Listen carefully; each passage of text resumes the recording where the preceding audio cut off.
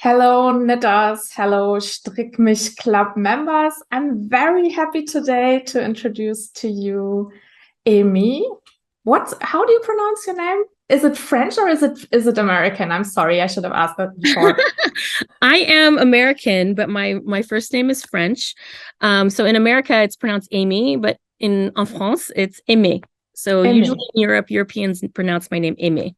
So this is Amy of La Bien-Aimée, who dyed our very beautiful fourth club yarn for 2022. And I'm so happy that she is making the time to talk to me here and to reveal the yarn and the colorway for all of us. And we are also going to have a peek at the design. Welcome to Strickmich Club. I'm so happy to be here. Thank you, Martina. And as is tradition in these videos, I would like to talk a little bit about you and your beautiful yarns before we start looking at the yarn. And well, actually, before we start, I need to say that having you in Strickmich Club is really a dream come true. We have had so many requests. We do a survey after each year of Strickmich Club, and we always ask people, what dyers would you like to have in Strickmich Club? And your name came up all the time. So I was really happy when you agreed that you would dye a yarn for Strickmich Club. So let's talk about you as a dyer. When did you start dyeing yarn and why? I would say that I officially started dyeing yarn in 2015 when La Bien-Aimée started. I had been a yarn shop owner for a long time before that. I owned a cafe called Oisiveté, and I sold hand-dyed yarns from all over the world. And if you've ever been to my cafe, it's quite small and there was just yarn all over the wall. And so I did that for about 7 years. And after doing that for 7 years, selling other people's yarn, I thought about maybe making my own yarn because I love color. I've always been someone who's been drawn to color. And so I thought maybe I could do this too. And so I obviously was thinking about this from a business point of view. I didn't start dyeing in my kitchen. And so what I did was I rented a small studio space for a short amount of time just to try it out to see if this would work. And so what I did was I went and I started dyeing with an employee of mine, and we would dye together in the afternoons, and I would bring the yarn over to knit night at my cafe, and I would show the knitters at knit night, and I would say, guys, what do you think of this? And they were all like, whoa, this is something that we've never seen before. I got a lot of positive reactions from it, and it really kind of encouraged me to keep going. So I would say that La Bien-Aimée was truly born in May 2015. So that's when I started the brand, and that's when I started as a dyer. And what drew you to working with colors? What was, I mean, if you're somebody who likes yarn and who likes to knit, you can knit either excessively or become a designer, or you can start dyeing. Why was it the dyeing? I know that you also design for yourself. I design for myself. I don't have the courage yet to design for others. I'm working on that right now. That's why I'm super admirative of your work. But I've always really enjoyed helping people find the perfect color that makes them feel really good. So as a shop owner selling yarn to clients, this is like one of my most favorite things to do in the world, is helping people find the perfect color for their projects. And so as I was pretty good at helping people match colors together to make their projects perfect, I found that it was easy for me to put the colors onto the yarn to be knit into these projects. And so that's kind of the link between how I brought my love of selling colors and helping people find colors to dyeing colors. So what's the biggest secret to finding the perfect color? So when somebody walks in and says, I want to make this project, and what's the perfect color? Do you look at the person, or do you ask questions about the project, or what is the secret of that? Well, I often help people as they're shopping, and I have a set of questions that I ask them. I obviously look at what they're wearing when they come in. Usually glasses are a really good way to know like what color somebody likes, because someone's going to put, hot pink glasses on their faces because they love hot pink, right? I will also ask them, like, what color was the last sweater you just knit? And so if they say, oh, I just knit like an orange sweater, I'm going to not recommend orange again to them, because I'm going to try to get them excited about maybe knitting with a new color. And I definitely say like to them, I was like, are there colors that you like to avoid? And so people will tell me, oh, I don't like green, or I don't like pink, and things like that. And so I will try not to recommend too much, but every once in a while I will surprise them, especially if it's a color work project. When they're doing a yoke, is to throw in that color that they think that they don't like. But then when they see it with these other colors, they say like, oh my gosh, that actually works, And so that's always kind of a challenge to me sometimes when people say like, I don't like yellow, because yellow is my favorite color. If you know La Bien-Aimée, yellow is the cornerstone of our brand. And you see me wearing yellow all the time. Obviously, I'm not wearing yellow today because I just got this brand new black dress. But I always try to say like, hey, why don't we try to throw a pop of yellow in there? And it's really surprising how people are like, yeah, I want to give that a try. They get inspired because I love yellow so much that they want to give it a go. And I want to say 9 times out of 10, they're always really happy with that. Yeah, that's nice. That reminds me of what we are doing in Strickmich Club, because all the colors are surprises, and very often people tell us, well, I would never have chosen this color, but I really enjoyed knitting with it. So I hope this is going to happen with your yarn as well. So how would you describe your style as a dyer? I think that our La Bien-Aimée colors are sophisticated, wearable. We like to speckle, but we like to keep a bit of sophistication to them so that it doesn't look too much when you're wearing something speckled. I love neons. I love neutrals. And obviously, I love yellow. So I work yellow into a lot of colors that people would not expect to see yellow in there. And my second favorite color is pink. And so like you'll see me right now wearing a lot of pink right now. So I'll be also working in a lot of pink and yellow together, which aren't always complementary to each other. But somehow when you just, I don't know, work these colors in, and I always bring in a third color together, it like works. And I think also when somebody is so motivated and loves a color so much, it actually makes the colors work. So.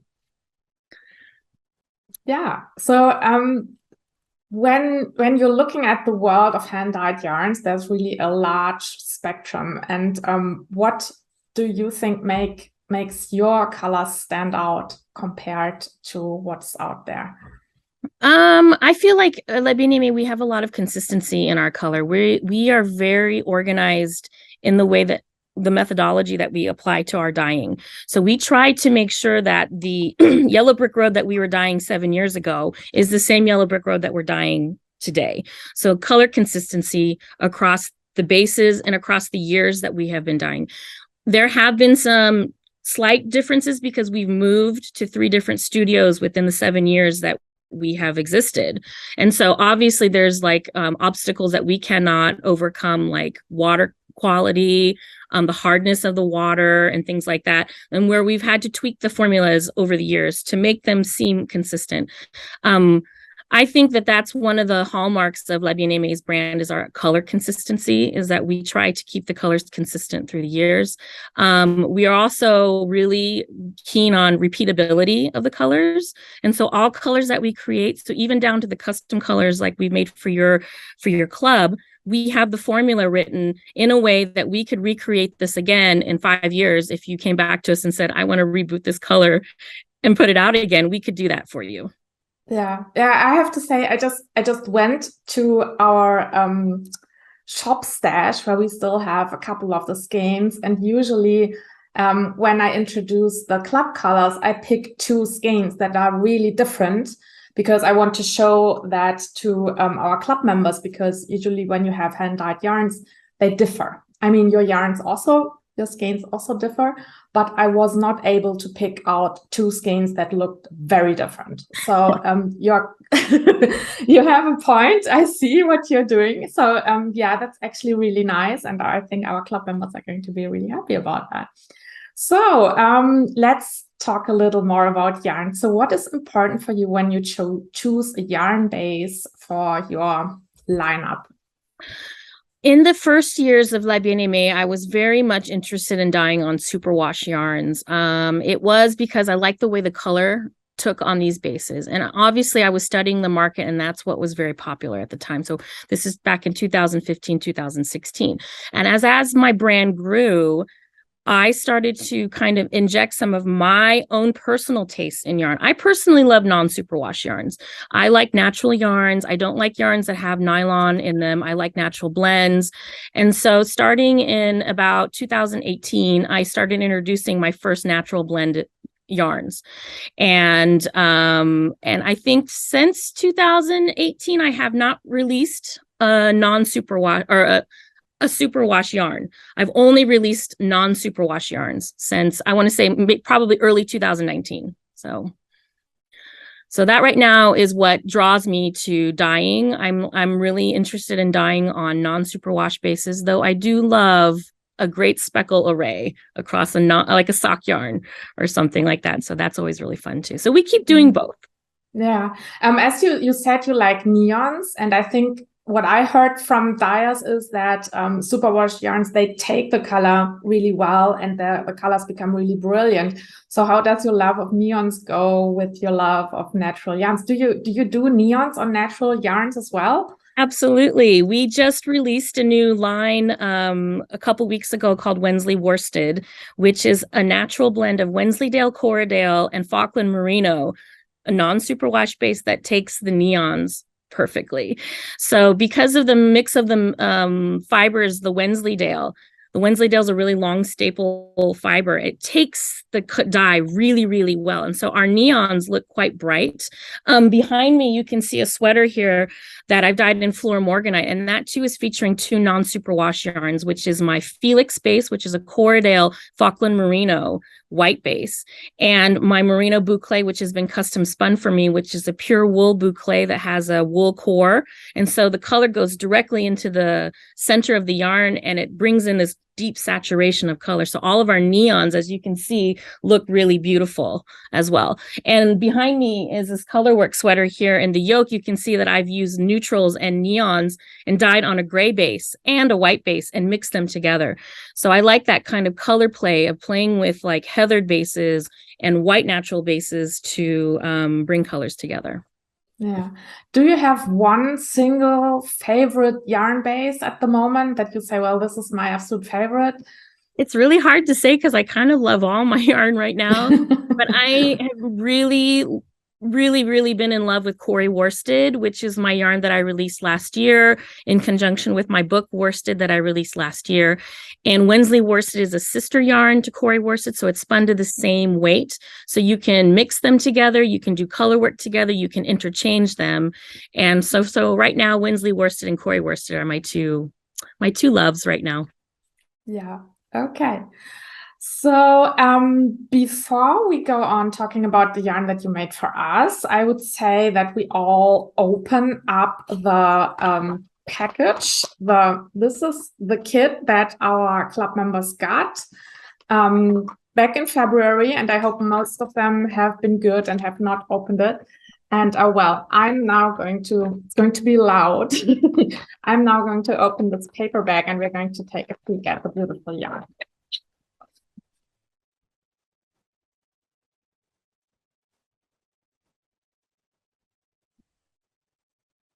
Oh, I think your sound went out. Yes, it sometimes does that because the crinkling of the paper is very loud, and it just wants to save your ears. That's that. Zoom is very clever. So this is the extremely beautiful yarn that you dyed for us. It's on the cashmerino base, so we really treated ourselves in Strickmich Club because I was so in love with this yarn base. It's super soft. It's let me just see, 75% merino, 15% cashmere, and 10% nylon. And we are first going to talk about the yarn base and then about the color. But as we can see, there's a little yellow in it. So it's a typical bien-aimé color. And I thought this was just amazing, and I really love to knit with it. And yeah, let's talk a little bit about the yarn base. What is it? Since when is it in your lineup, and what's so special about it?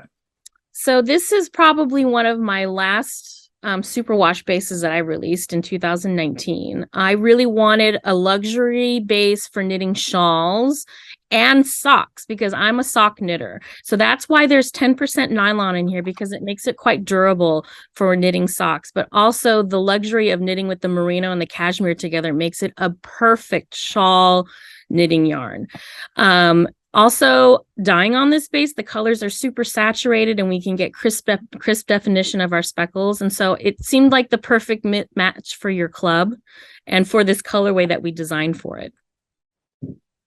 Yeah, and it has this really nice poly structure on one hand, but it also has a slight halo, and it feels like a dream. It's like really the perfect yarn for a small shawl. So yeah, and I enjoyed knitting with it. It was totally non-splitty. I had absolutely no issues with this yarn. It was, yeah, it just knit up very beautifully. So let's also talk about the color. The colorway is called Café Paris.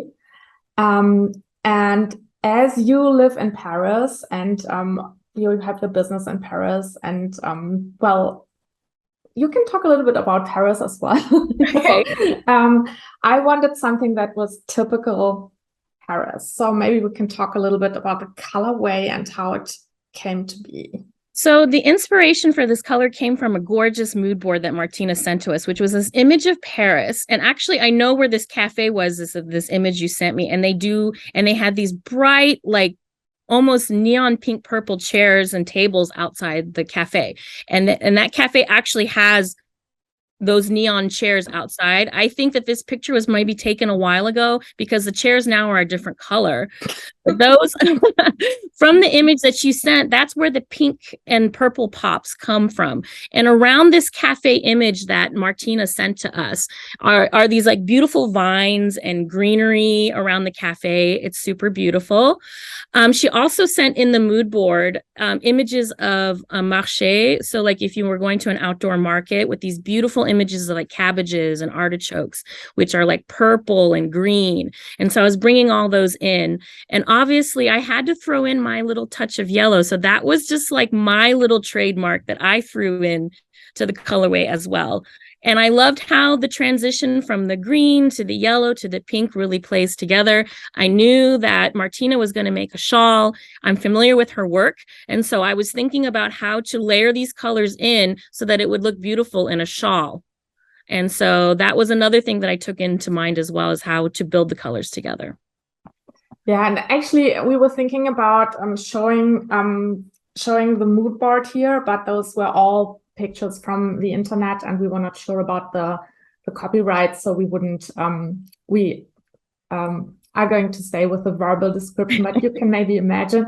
But this is something typical Paris, and as you can see, I tried to pick two skeins that looked different, but I think they are just the twisting is a little different. Exactly. I have a team on the team that does all the twisting of the skeins. There's about 5 people that work there. So that means we dyed a large quantity for you. That probably just means that 2 different people twisted the yarn for you. And it's just how the color's laid out. Yeah, but the color is the color. So this is Café Paris. Yeah, and maybe let's talk a little bit about Paris. Why did you move to Paris, and why did you stay, and what is the fascination about this city? I know that many Americans dream of Paris, and there are TV shows and everything that's romantic in a movie has to happen in Paris. Is that part of the appeal, or is it something more down to earth that brought you to Paris? It was absolutely the appeal, Martina. I moved to France for a boy. My husband is French. His name is Julien, and we met after I graduated from university and I was working in France. I had come back to France to perfect my French language. I wanted to work in marketing and I wanted to use my French.